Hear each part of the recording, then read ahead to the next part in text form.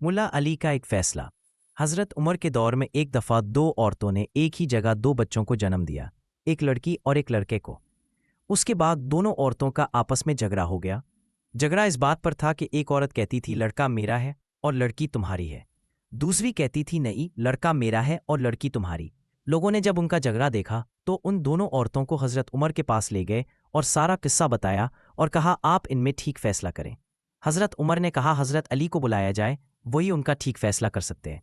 जब हजरत अली आए तो लोगों ने सारा किस्सा मौला अली को बताया तो मौला अली ने फरमाया इन दोनों औरतों को एक एक छोटा बर्तन दो और इन्हें कहो पर्दे में जाकर इन बर्तन में अपना अपना दूध लेकर आओ।